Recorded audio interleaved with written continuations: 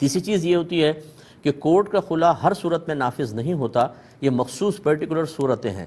اور کوئی وکیل بھائی برا نہ مانے، ہمارے بہت سے وکیل حضرات ایسے ہوتے ہیں کہ اگر ان کو لڑکی والے جا کر کہتے ہیں کہ ہمیں شوہر سے جان چھڑوانی ہے تو وہ کہتے ہیں کہ مسئلہ کیا ہے، تو مسئلہ بڑا معمولی سا نظر آتا ہے، وہ کہتے ہیں ایسے جان نہیں چھوٹے گی، میں کیس بناتا ہوں، آپ بس اس پہ سائن کیجئے گا۔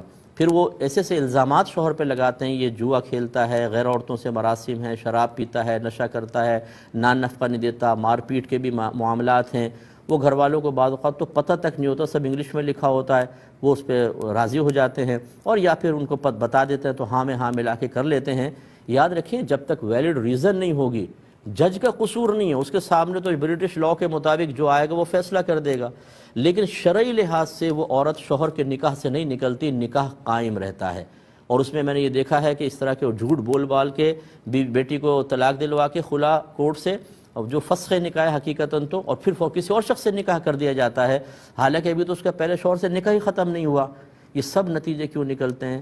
یہ جہالت کے نتیجے ہیں، اور اس سے بڑا نقصان ہوتا ہے۔ اب وہ کسی کی منکوحہ ہے، دوسرا نکاح تو ہوا ہی نہیں، جب ہوا نہیں تو جسمانی تعلق کی کیا شرعی حیثیت ہوگی آپ جان سکتے ہیں، پیدا ہونے والے بچے کی شرعی حیثیت کیا ہوگی یہ بھی آپ کو معلوم۔ اور یہ کروا کون رہا ہے؟ گھر کا سرپرست۔ یہ کون کروا رہے ہیں؟ محبت کرنے والے بھائی۔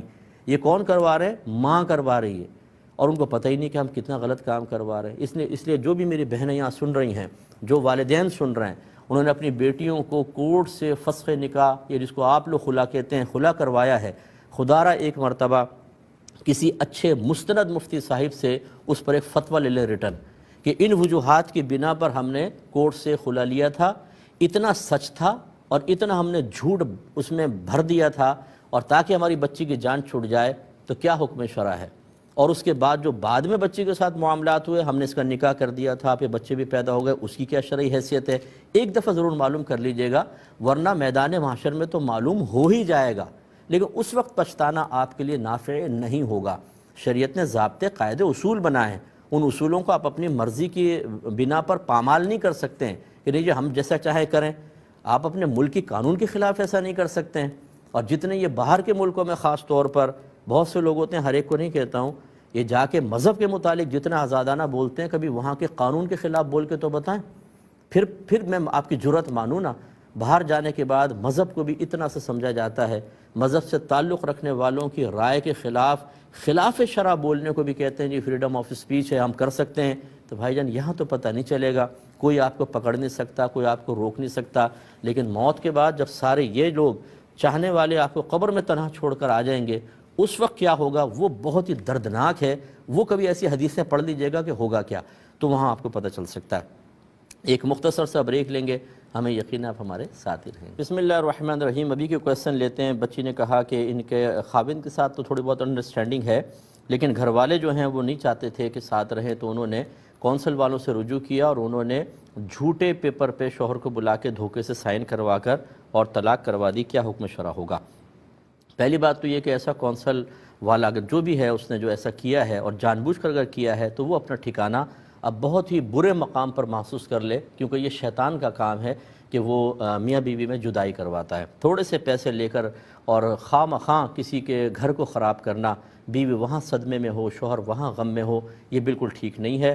اور اس طرح دھوکے سے کسی پیپر پہ سائن کروا لیں جبکہ شوہر کا قصد و ارادہ نہ ہو، وہ اس پیپر پر لکھے ہوئے مضمون پر ہی واقف نہ ہو، اس طرح کوئی طلاق واقع نہیں ہوتی۔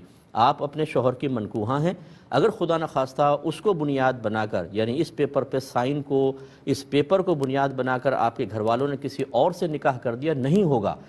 اور جب نکاح نہیں ہوگا تو ایسا ہوگا جیسے آپ کسی اجنبی مرد کے ساتھ کسی جگہ رہ رہی ہیں، جسمانی تعلق بالکل زنا خالص، اور پیدا ہونے والے بچے کا نسب اس باپ سے ثابت نہیں ہوگا۔ اور مجھے بڑا افسوس ہے ایسے والدین پر کہ جو شرعی مسائل معلوم کیے بغیر شرعی چیزوں میں از خود مداخلت کرنے کی کوشش کرتے ہیں۔ نکاح کا تصور آپ نے نہیں دیا ہے، یہ شریعت نے دیا ہے۔ طلاق کا تصور شریعت نے دیا ہے، مہر کا تصور شریعت نے دیا ہے، عدت کا تصور شریعت نے دیا ہے۔ تو پھر شریعت سے پوچھیں کہ کیا کرنا ہے، یہ نہیں کہ تصورات تو وہاں سے لے لیے، اب اس میں انٹرفیئر کر کے اس کو جیسا چاہیں آپ چنگم کی طرح بڑا چھوٹا کر لیں، یہ غلط ہوگا۔ تو آپ بالکل اس پہ اسٹرکٹلی مطلب اپنے گھر والوں سے مقابلہ کریں گی، اور اپنے شوہر سے آپ رابطہ کریں، اور شوہر بھی آپ کے آئیں، اور اگر کوئی غلطی ہوئی ہے، کوئی لڑائی جھگڑا ہے تو معافی وغیرہ مانگ لیں، لیکن دوسرا نکاح ہرگز مت کیجیے گا، کریں گی تو ہوگا ہی نہیں اور آپ تباہ ہو جائیں گی۔